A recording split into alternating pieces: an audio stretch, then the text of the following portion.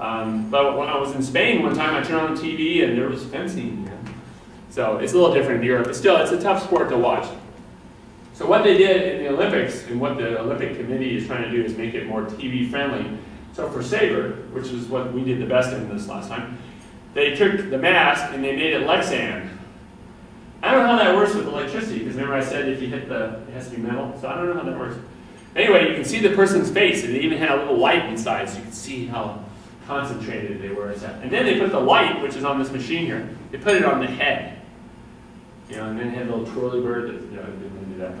But anyway, so they were kind of independent of wires. There were no wires, and the light was right there, and you could see their face, and they wanted to make it more TV friendly. Well, it turned out in the last Olympics, that young girl from Beaverton won the gold medal in saber. So I think I mentioned when I was in college, there was no saber female fencing. There was no épée female fencing. Okay, women only fenced foil, because back then they were more delicate.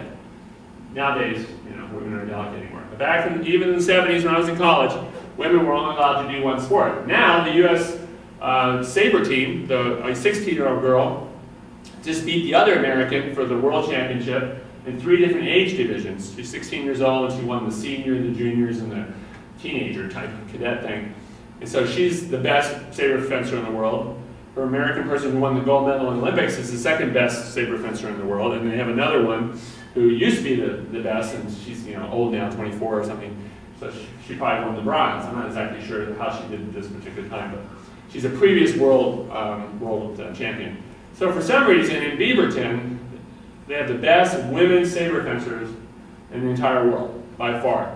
And all the other men events and other weapons and stuff, the Americans, we're not up there at the top level at all. It's just because of, Aren't the colleges doing fencing? Yeah, so I went to the University of North Carolina. But they're still not putting out world-class?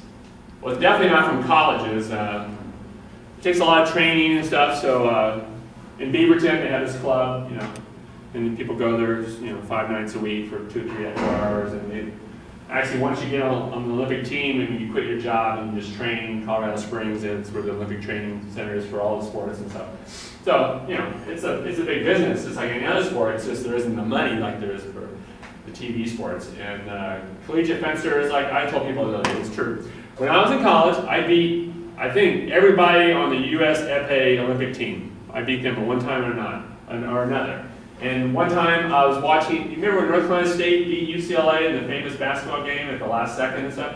I was down in the bathroom at the New York Athletic Club, and that was on, and I almost missed my bout. I went running upstairs, and I was so excited. I had just seen this incredible play that's part of history now, and they were just disqualifying me. They said, okay, go ahead. So I went out and I beat this guy 5-4. I fell down twice on the floor. Desperate hits. And it turned out he was the #1 fencer in the country. I had no idea who he was. Well, I lost to really bad fencers a lot too. So fencing is an amazing sport because it's so mental. Okay, you can beat someone if they're not paying attention to you. You can beat somebody who's really good, who's consistently better than you are on any given bout if you're really concentrated and focused. I love being the underdog, but when I think I have to win this, I'm obviously better than this person, I'll usually lose those kind of bouts, because if the other person is thinking he's the underdog, he'll try harder and stuff. So it's called Physical Chess. It's a company that I buy a lot of equipment from. It truly is a physical game of chess. It uses as much calories as boxing, so when you actually fence serious, you're constant motion. And it's a beautiful. In the old days, people used to fence, for training, for dance and stuff. It was a required activity for dancers. And I've had people.